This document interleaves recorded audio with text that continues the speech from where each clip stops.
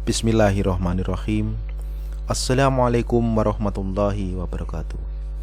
Sahabat penggemar ANSYS yang dimuliakan Allah, pada video kali ini saya akan membahas analisis dua dimensi pelat berlubang. Pada analisis ini, pelat dianggap memiliki ketebalan yang sama. Analisis dilakukan secara dua dimensi.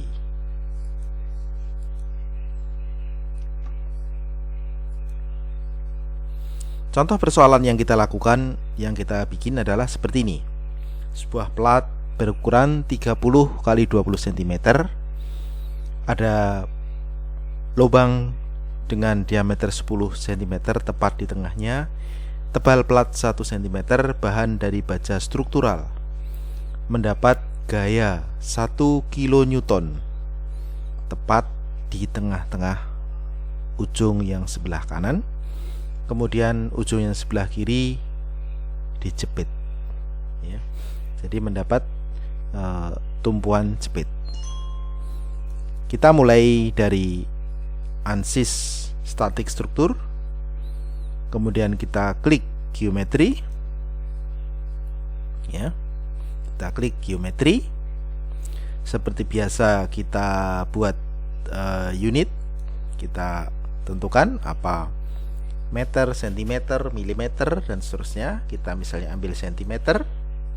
Setelah itu sketching. Setelah itu kita hadapkan ke arah kita, kira-kira seperti ini.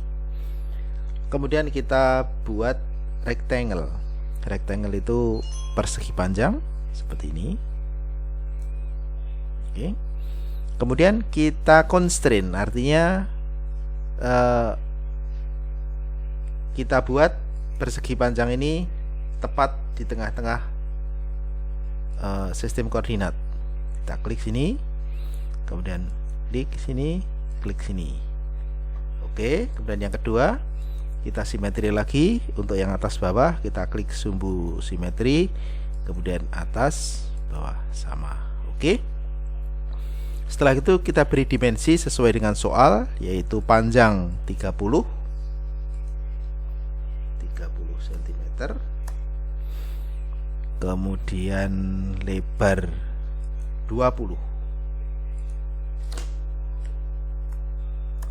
Oke, 20 cm kita perbesar, kita fit seperti ini.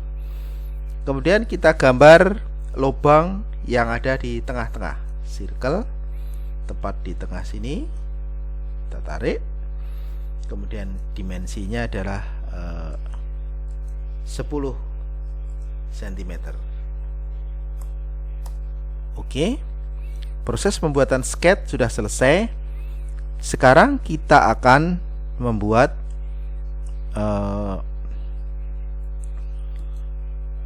surface from sketch.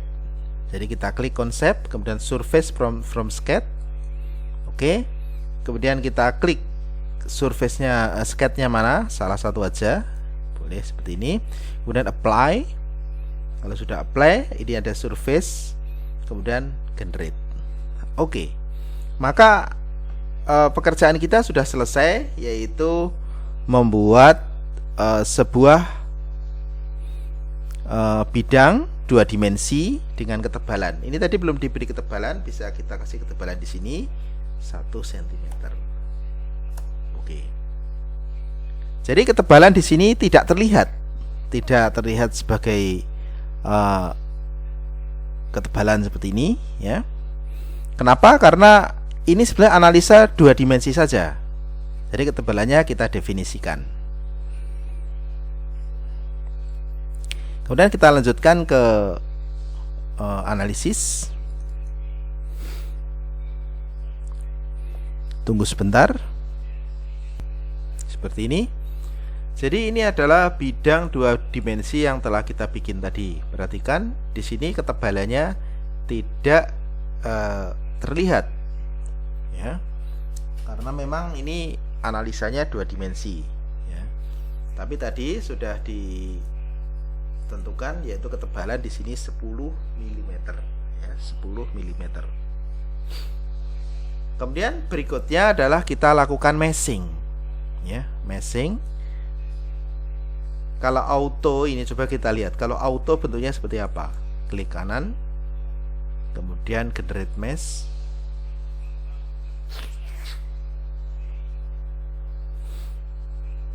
Ini adalah auto. Ya.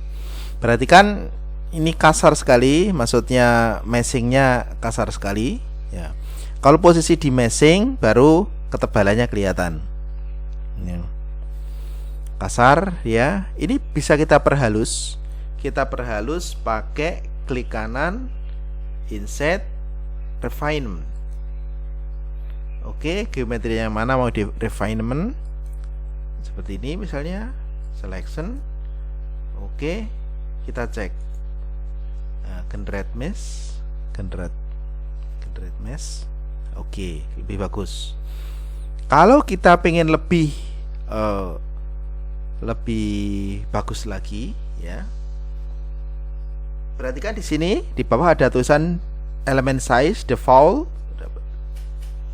28,555. Ini bisa kita turunkan, misalnya menjadi 15. Oke. Sekarang kita lihat, kita klik kanan, generate mesh.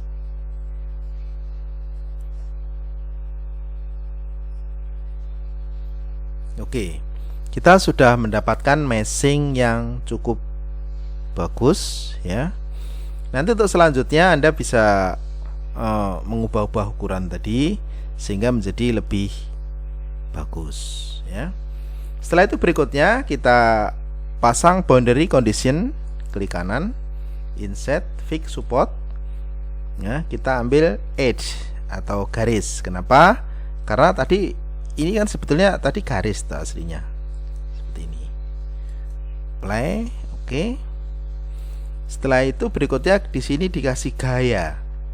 Ya, gayanya tadi 1 kilonewton atau 1000 newton, ya. Anda boleh pakai di sini displacement, force atau remote force. Sebenarnya ini sama saja, cuman kalau remote force di tempat kita klik itulah force terjadi. Tapi kalau remote force, ya, kita ngeklik sebuah garis maka dia tepat di tengah-tengah. Ya, jadi nggak ada masalah remote force atau force. Ya, jadi kalau remote force ini kita bisa atur secara kita isi berapa yang mau kita masukkan. Misalnya kita ambil remote force saja di sini, kemudian kita klik yang ini edge sudah, kemudian vektor komponen aja, dia di mana lokasinya di sini, kita klik apply, ya, satu edge. Kemudian komponen artinya ke arah sumbu X, Y, Z. Di sini tadi kan ke sumbu X, berarti X itu dalam newton, tadi 1 kilonewton berarti 1000. Oke, sudah selesai. Boundary condition sudah selesai. Kemudian kita cari solusi yang mau kita capai, yaitu misalnya yang pertama adalah deformation, misalnya berikutnya adalah strain, ya. Kemudian berikutnya adalah stress, misalnya stress. Di sini banyak sekali equivalent, von Mises, maksimum principle, middle principle, dan seterusnya. Untuk mengetahui ini seperti apa, Anda bisa buka buku literatur. Jadi di sini saya tidak akan menjelaskan seperti apa. Saya pakai equivalent von Mises, ya, seperti ini, dan seterusnya. Kalau sudah, kita solve.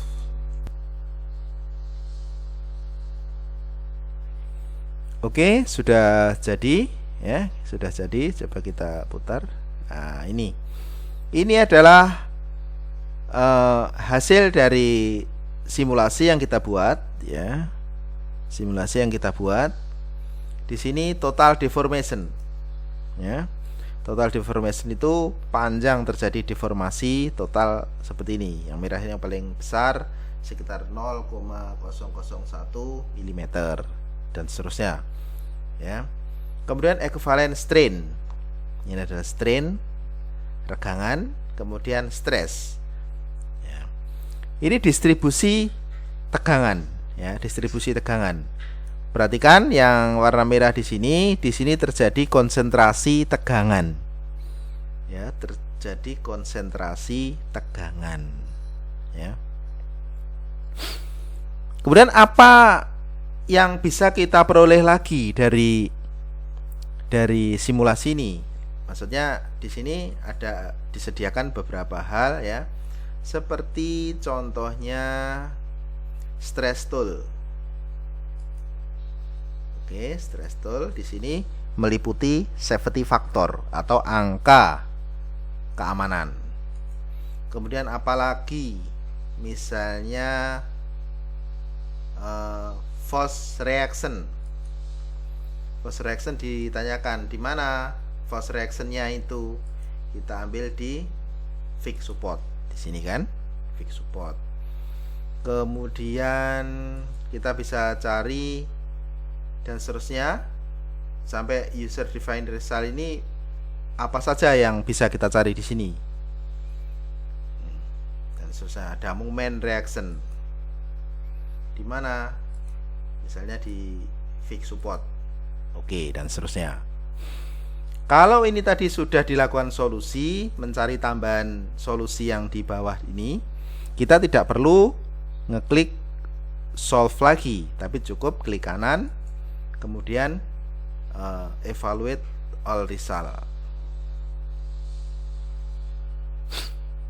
Maka kita bisa lihat di sini apa yang ini adalah moment reaction. Ini angkanya kalau mau lihat di sebelah bawah ini, moment reaction. Kemudian force reaction. Nah, perhatikan force reaction-nya ini negatif 1000 karena tadi kan ke sini 1000, ke arah kanan 1000, berarti dia ke arah kiri negatif 1000. Kemudian ini apa ini maksudnya safety factor? Safety factor itu adalah angka keamanan, yaitu equivalent stress. Ini kan ini dari perhitungan equivalent stress ini. Sementara material propertinya adalah structural steel. Ini adalah perhatikan yield point-nya adalah ini 250 MPa. Jadi angka keamanan adalah yield point dibagi dengan tegangan maksimum yang terjadi dari analisa. Ini masih cukup besar, ya, seperti ini. Ya. Coba misalnya ini kita perbesar gayanya misalnya. Ini bukan 1000 tapi misalnya 100.000. Misalnya seperti ini. Kita lihat bagaimana dengan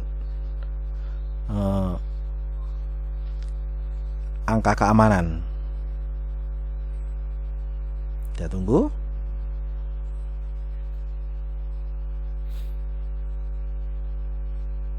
Oke, kita lihat angka keamanannya ini 1,1539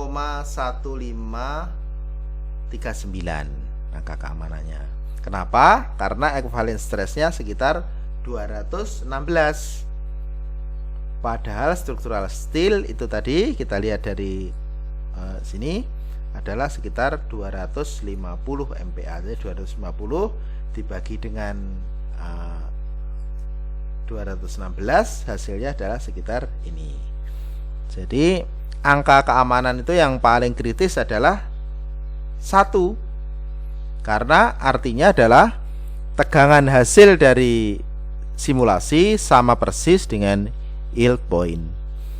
Di atasnya itu berarti sudah terjadi kegagalan, artinya yield point sudah terlewati. Itu. Ini adalah simulasi yang melibatkan 2 dimensi.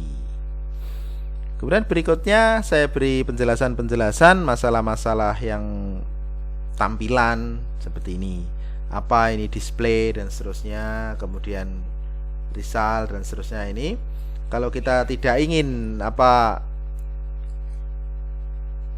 wireframe-nya kelihatan, no wireframe. Jadi seperti ini.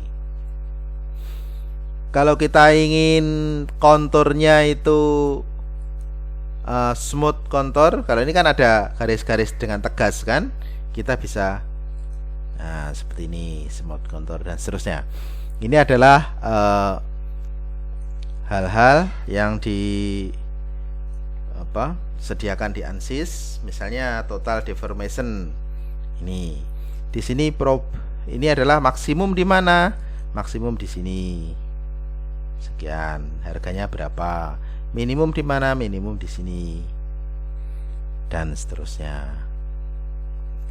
Kemudian ini yang di atas ini auto scale, artinya ini memang sudah diperbesar. Aslinya kalau true scale itu seperti ini, kan kelihatan, nggak kelihatan apakah dia terjadi deformasi atau tidak, itu tidak terlalu kelihatan kalau true scale. Kalau kita pengen auto scale kira-kira seperti ini. Jadi kalau kita simulasi ini masih kelihatan seperti terjadi deformasi, tapi aslinya nggak segitu, aslinya nggak segitu. Kalau kita pengen lebih besar lagi, misalnya 5